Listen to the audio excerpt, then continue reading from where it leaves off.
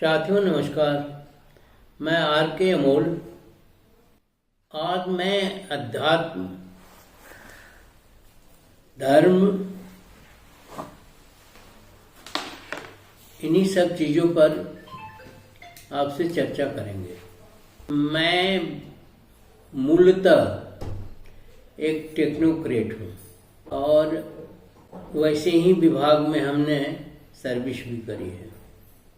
अब इतिहास, अध्यात्म, साहित्य, इन सब की पढ़ाई हमने नहीं करी है, लेकिन इससे मेरा विशेष लगाव है, विशेष रुचि है कि मैं इतिहास के पन्नों को भी टटोलता रहता हूँ, साहित्य भी पढ़ता रहता हूँ।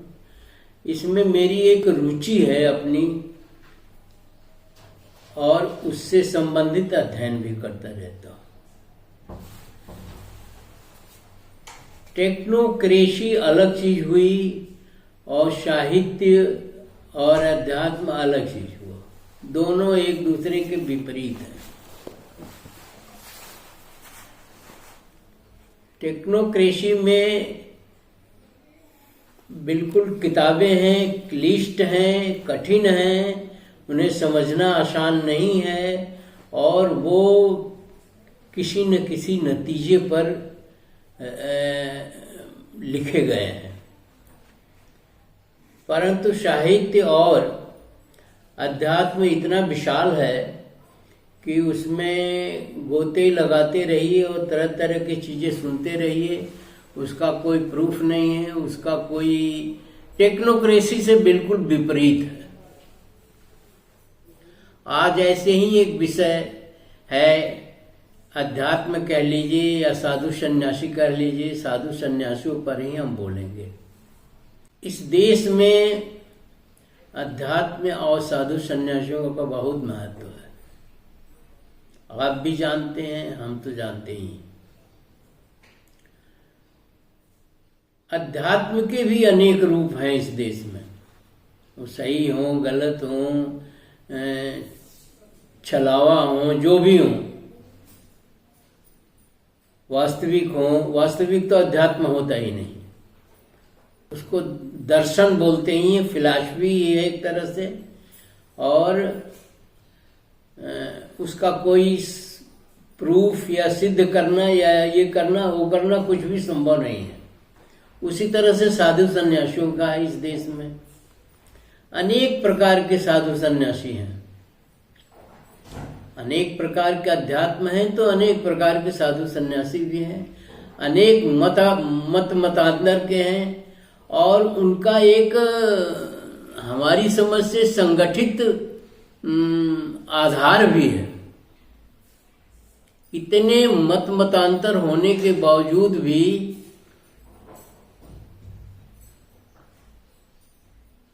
बहुत सारे प्रकार के साधु सन्यासी, अध्यात्म और उनकी संस्थाएं हैं। ये जूना अखाड़ा है तो ये वो अखाड़ा है तो ये अखाड़ा है। इतने अखाड़े हैं और इतने प्रकार के सन्यासी हैं। सन्यासियों के 108 प्रकार हैं। सन्यासी में ही 108 प्रकार के सन्यासी हैं और सब संप्रदाय, ये घोर पंथ है, ये गोरखनाथ पंथ है, ये पंथ है, वो पंथ है, जाने कितने पंथ हैं। एक उसमें कबीर पंथ भी है और बहुत सारी चीजें हैं। शुरुआत से चलिएगा तो और विसंगतियां मिलेगी।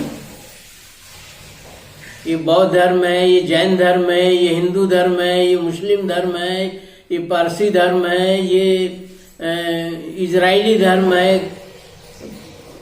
मतलब इतने धर्म हैं, इतनी साहित्य है, इतनी चीजें हैं कि कोई एक व्यक्ति तो उसमें पारंगत हो नहीं सकता। उपयोगिता क्या है इन सब चीजों की? कुछ भी नहीं है मेरी समझ से। सामाजिक उपयोगिता तो शून्य है, क्योंकि ये आपस में लड़ते रहते हैं, आपस में इनका वाद विवाद होता रहता है, क्योंकि सब भिन्न भिन्न मतों के हैं। एक कोई मत नहीं है, एक कोई आधार नहीं है, एक ये धर्म प्रधान देश है, लेकिन धर्म कुछ भी नहीं है। धर्म के नाम पर कुछ भी नहीं है सिवाय ढोंग पाखंड आडंबर के।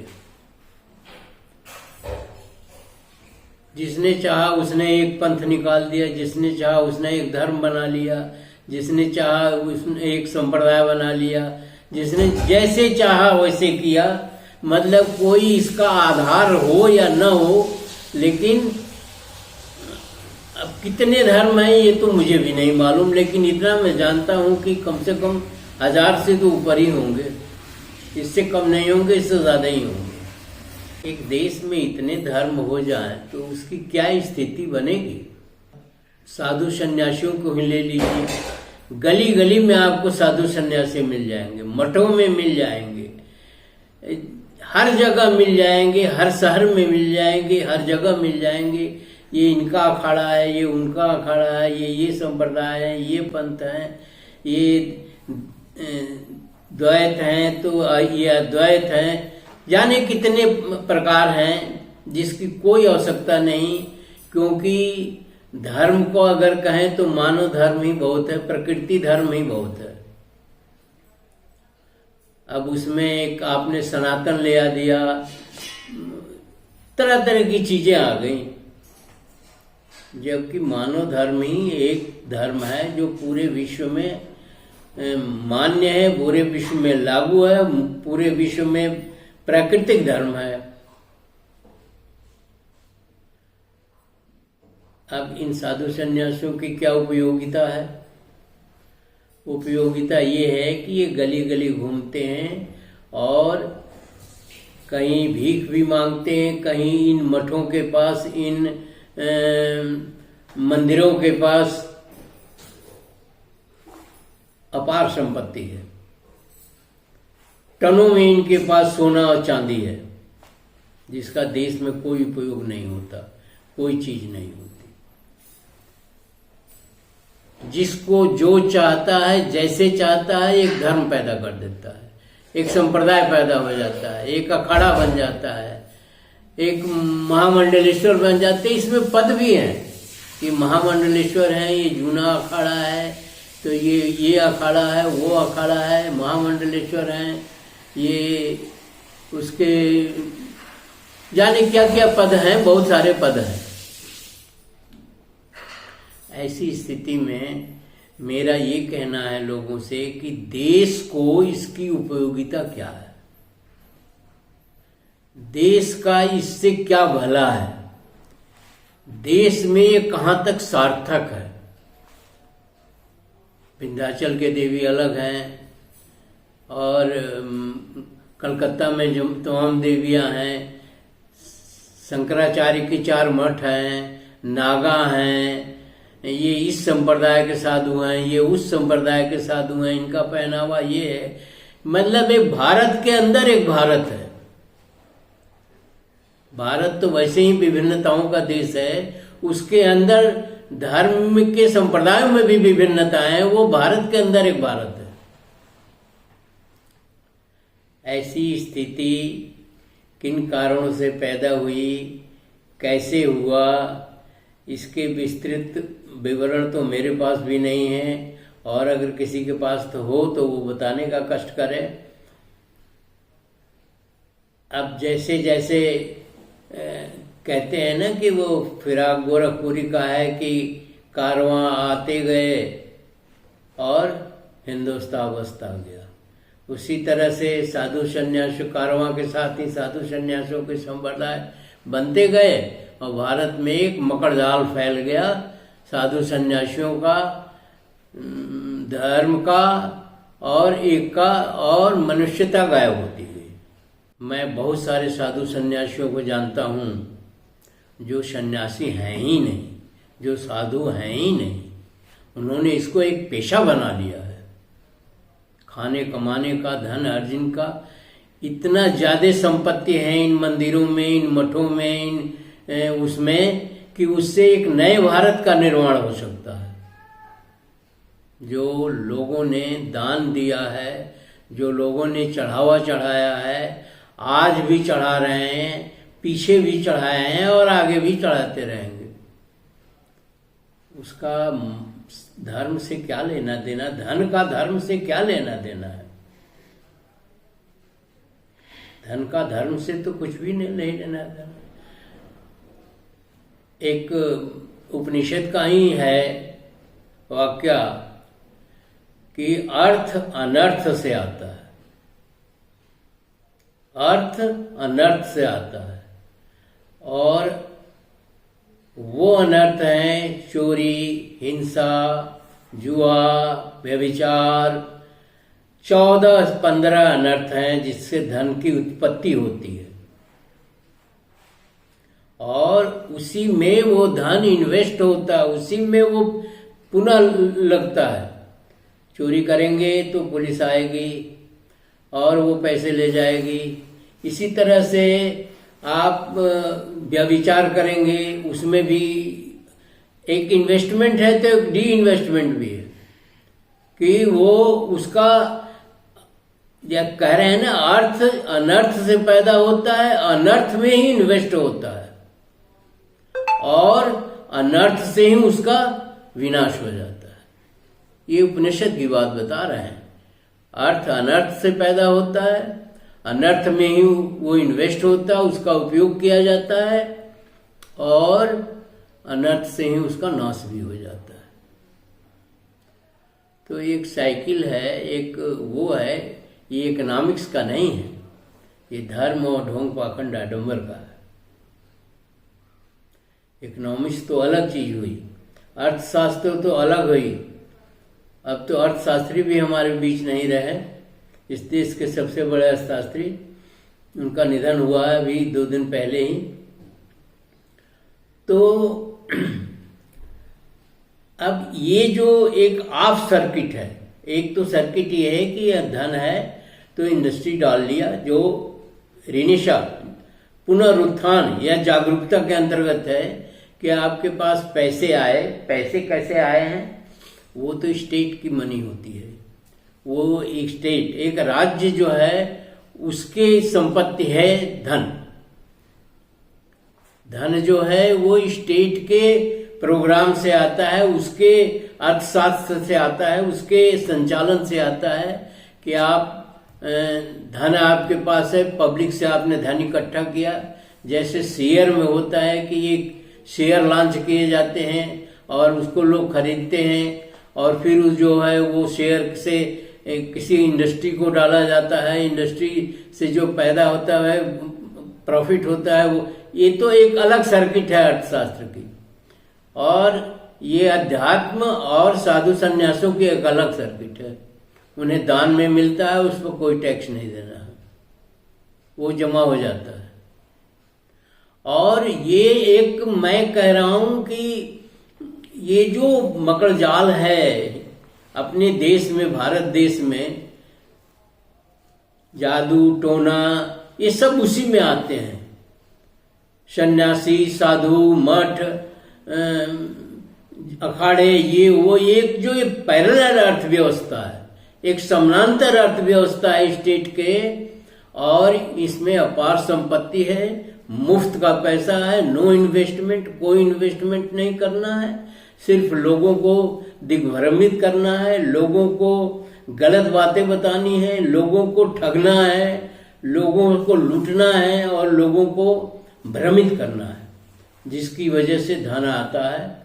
और वो धन जो है मंदिरों में, मठों में स्थापित है वो, और उसी में वो इन्वेस्ट भी होता है, उसी में खर्च भी होता है। कोई टैक्स नहीं देते ये मंदिर और ये संप्रदाय या धर्म के लोग, और कोई इनकी लायबिलिटी नहीं है, कोई इनके ऊपर वो नहीं है, ये आराम से खाते पीते रहते हैं। अब यहाँ तक तो एक शायद ग्राह्य है, लेकिन वो जो चोर डकैत हैं वो भी साधु सन्यासी का गेरुआ वस्त्र पहन लिया और ये कर लिया, वो कर लिया, वो रात को चोरी करते हैं और दिन को साधु बन जाते हैं और भीख मांगते हैं। ऐसे अनेकों किस्से पकड़े गए हैं। और ये भी आपको पता है कि कितने व्यभिचारी हैं। ये साधु संत बन के जो प्रवचन देते हैं, बड़े से बड़े की मैं बात करता हूं, उसमें कितने व्यभिचारी हैं। अनेकों व्यभिचारी हैं। मठों में जो औरतें काम करती हैं उनका तो शोषण होता ही होता है। इसके अतिरिक्त भी औरतें वहाँ जो जाती हैं, क्योंकि औरतें जो हैं कम बुद्धि की होती हैं, ये कह लीजिए, या डरपोक होती हैं, या ये कह लीजिए उनको अपने बाल बच्चों की चिंता होती है, जिसको डराया जाता है, बताया जाता है, किया जाता है, और बता करके मतलब साइकोलॉजिकली मनोवैज्ञानिक तरीके से उसे डरवा करके, उसे समझा करके, उसे उसके पैसे भी ले लिए जाते हैं और उसकी इज्जत भी लूटी जाती है। ये मैं कोई किसी से हमारी दुर्भावना नहीं है जिससे कह रहा हूं, ये आम बात है। और अच्छा से अच्छा खाना, अच्छा से अच्छा माहौल, खुशी हंसी खुशी का माहौल, जहां पैसा रहेगा वहां तो रहेगा ही रहेगा। पैसा तो अपार है मठों के पास। ये जरूर कहेंगे कि एक धूर्त टाइप लोग हैं जो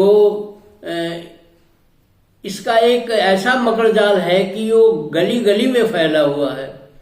अखाड़े तो जो हैं सो है ही हैं। अखाड़ों के पास तो अपार संपत्ति है और उस पर सरकार कोई टैक्स नहीं लगाती, किसी प्रकार का कोई प्रतिबंध नहीं है। सरकारों का खुला समर्थन है, चाहे जो भी सरकार हो, लेकिन उसका प्रभाव देश की उन्नति पर पड़ता है, देश के कल्चर संस्कृति पर पड़ता है, देश के आर्थिक मसलों पर पड़ता है। क्योंकि अगर इन मठों में धन एकत्र हो जाएगा असीमित अब वो तो एक विकास रुकेगा। तो इस तरह से मेरा आकलन है कि ये जो समस्या चली आ रही है, सड़कों पर लोग पत्थर की मूर्तियां रख देते हैं और मार्ग अवरुद्ध हो जाए। आप पार्कों में देखेंगे मंदिर बनवा दिए हैं लोग। लखनऊ में गोमती नगर पार्क है, गोमती नगर एक मोहल्ला है जिसके हर पार्क में मंदिर बना हुआ है। मेरा ये कहना है कि इतने लोग पूजा पाठ करने वाले हैं,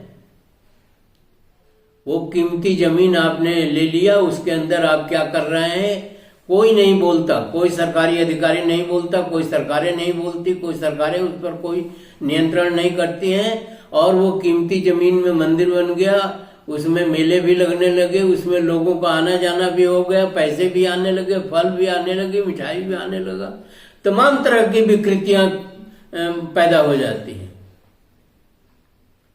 और जब इस तरह की स्थिति रहेगी जो पुराने समय से चली आ रही है, तो कुछ लोग मठाधीश भी बन जाएंगे, कुछ लोग पुजारी भी बन जाएंगे, कुछ लोग हर तरह की व्यवस्था कर लेंगे। क्योंकि ये देश तो कामचोरों का है। अगर नेहरू ने कहा था कि हम कम से कम काम करते हैं, तो ये 100% सत्य है कि कम से कम काम करते हैं। हम उतने ही करते हैं जिससे खाना हो जाए। काम तो करता है किसान, मजदूर, और इसी तरह के लोग काम करते हैं जो अथक परिश्रम करते हैं, जो खून पसीना उनका एक हो जाता है और वो सारे देश को खिलाते हैं, इन साधु सन्यासियों को भी खिलाते हैं। और ये पूरी फौज है एक साधु सन्यासियों की और इस तरह के लोगों की जो देश की अर्थव्यवस्था पर कुठाराघात करते हैं, जो देश की अर्थव्यवस्था पर भारी नुकसान होता है। और ये करोड़ों में है।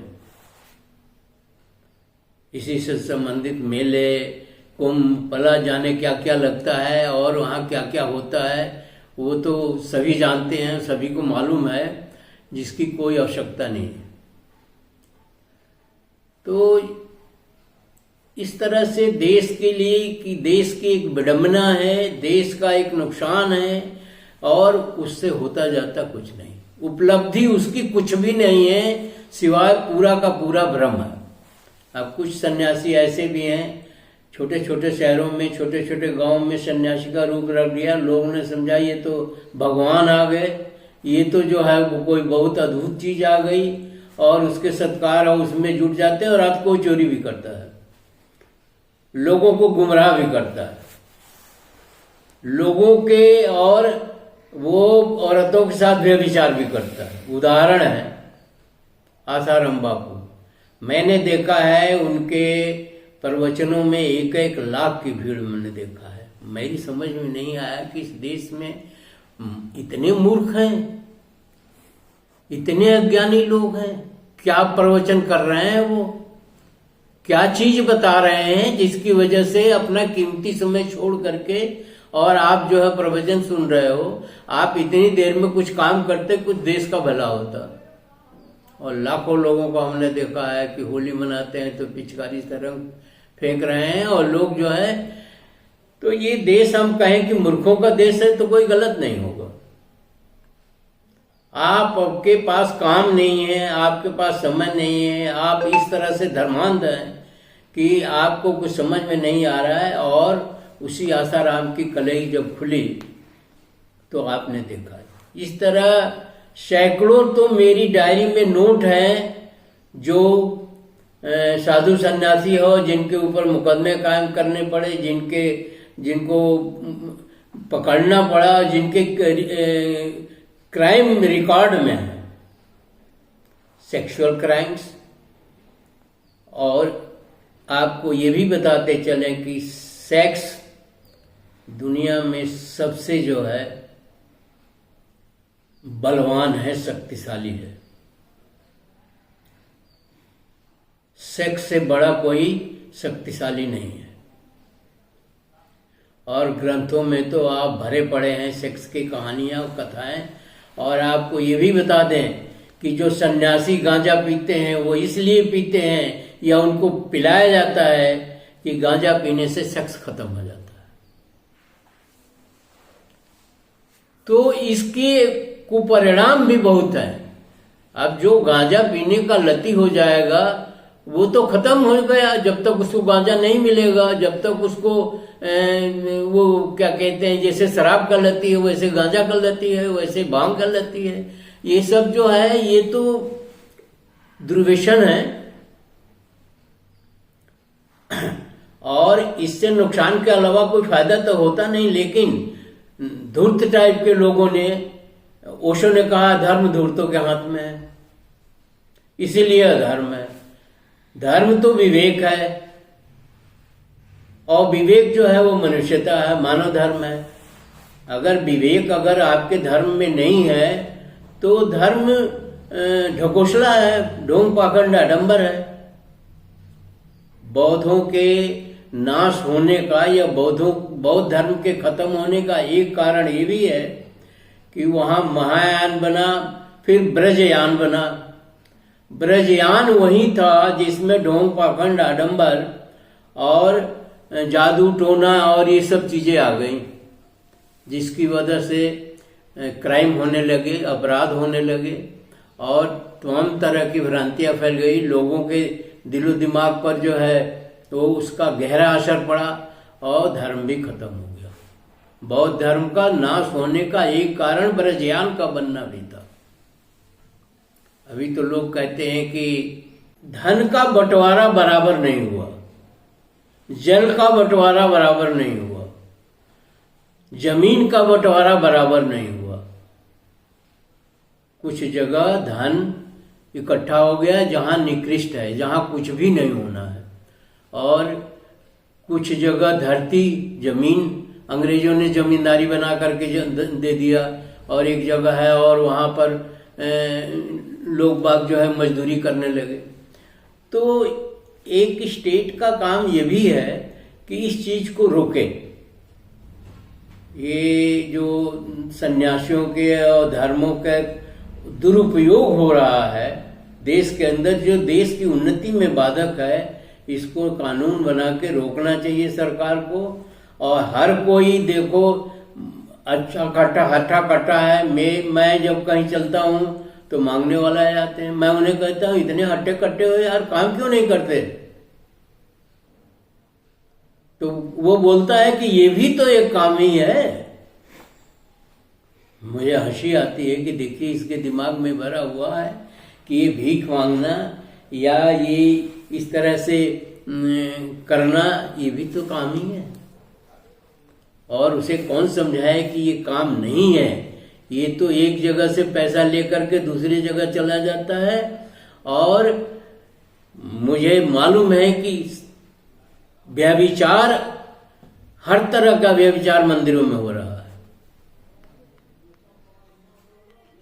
अगर मेरी बात गलत हो तो आप खोजिए, देखिए। मंदिरों में अंधविश्वास फैलाए जाते हैं, भ्रमित किया जाता है लोगों को, सीधे साधे लोगों को।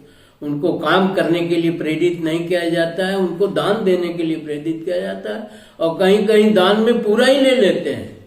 किस्से कहानियां भी आते हैं दान के, बहुत सारे किस्से कहानियां आपके ग्रंथों में ही हैं, आपके धर्म ग्रंथों में, तथाकथित धर्म ग्रंथों में हैं, और तमाम तरह की चीजें हैं। तो यह स्थिति तो हम नहीं समझते हैं कि देश के लिए सही है। ये ढोंग पाखंड आडंबर, ये साधु सन्यासी मठ ये सब देश के लिए अनुपयोगी हैं। और ये राजनीति के अखाड़े भी अब हो रहे हैं, और साधु सन्यासी अब राजनीति भी कर रहे हैं।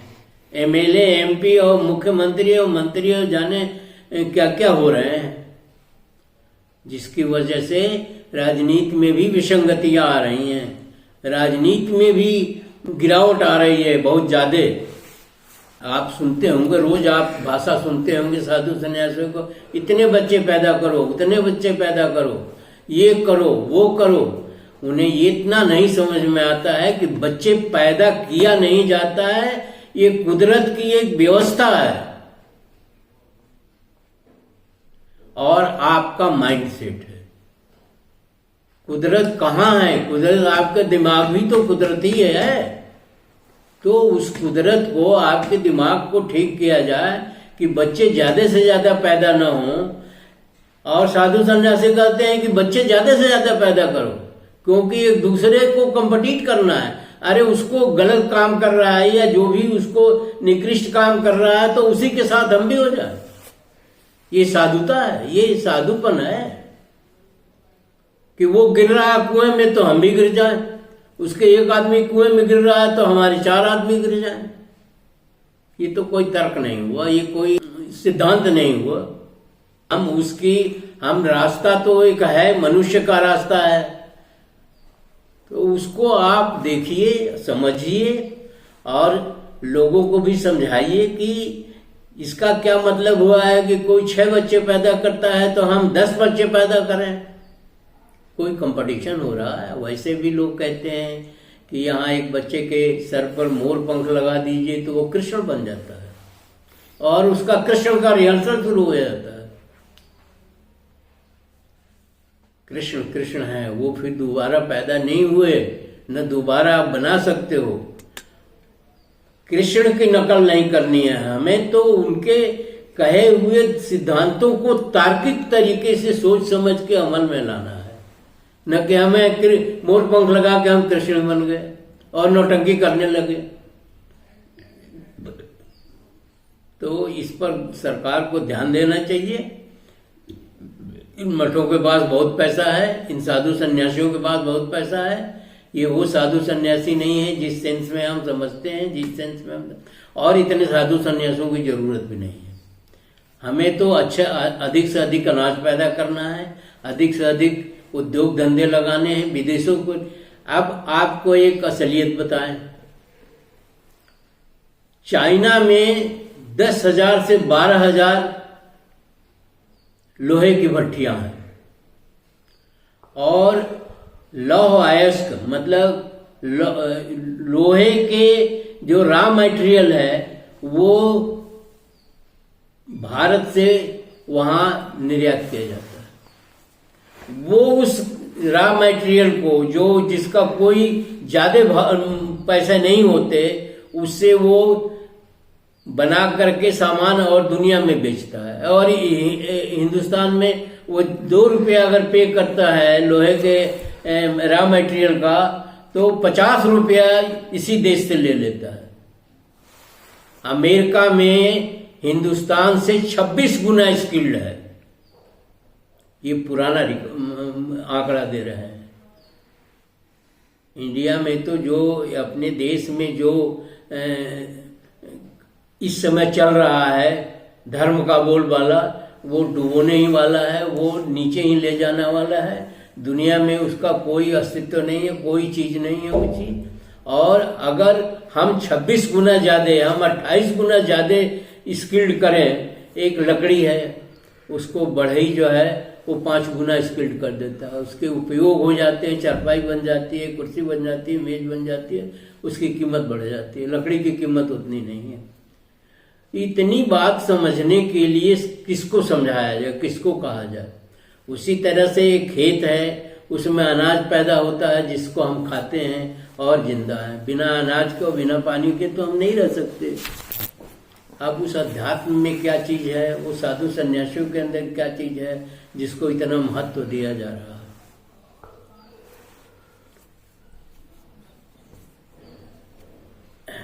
ये जनता से भी और आम लोगों से भी हम कहना चाहेंगे कि इस चीज को बढ़ावा न देते हुए देश के प्रोडक्शन, पैदावार पर, या देश में अच्छी से अच्छी चीजें पैदा हो जिनका हम निर्यात कर सकें और देश उन्नति कर सकें। अन्यथा ये जितनी भी आप विधाएं कर लो, विधाएं तो ये है कि ये वाकई धर्म धूर्तों के हाथ में है। अब एक किस्सा आपको सुना रहे हैं। किसी औरत के 3 मुंह वाले बच्चा पैदा हो गया। अब वो तो बड़ा परेशानी में पड़ा, क्या करे क्या नहीं करे। 3 धूर्त आए, वो बोले बच्चा हमें बेच दो। उसने कहा ले जाओ भैया, और उन्होंने कहा कुछ पैसे ऑफर किया, ही दे दीजिए। उन्होंने दे दिया। वो सोचा चलो बच्चा चला तो गया, जिंदा तो रहेगा चाहे जहाँ रहे। उन धूर्तों ने क्या किया कि उसको ले जा करके एक देवी देवता बना दिया और वहाँ चढ़ावा चढ़ने लगा और हजारों रुपए लाखों रुपए आने लगा। तो ये मैं ये कहूँ कि मूर्खों का देश है तो भी शोभा नहीं देती। मैं ये कहूँ कि अंधविश्वासी देश है तो ये तो सही है कि अंधविश्वास है यहाँ।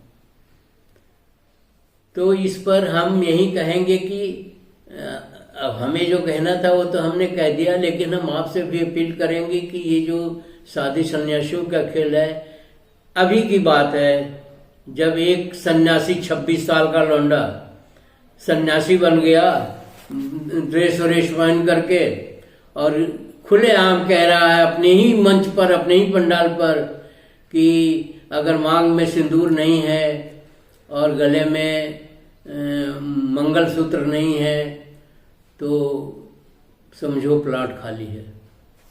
एक लड़की ने हंगामा मचाया। कितना गिरी हुई, कितना ही नीच और कितना निम्न स्तर की बात है कि औरत की कीमत जो है प्लाट से कर रहे हो आप, जिसने तुमको पैदा किया है।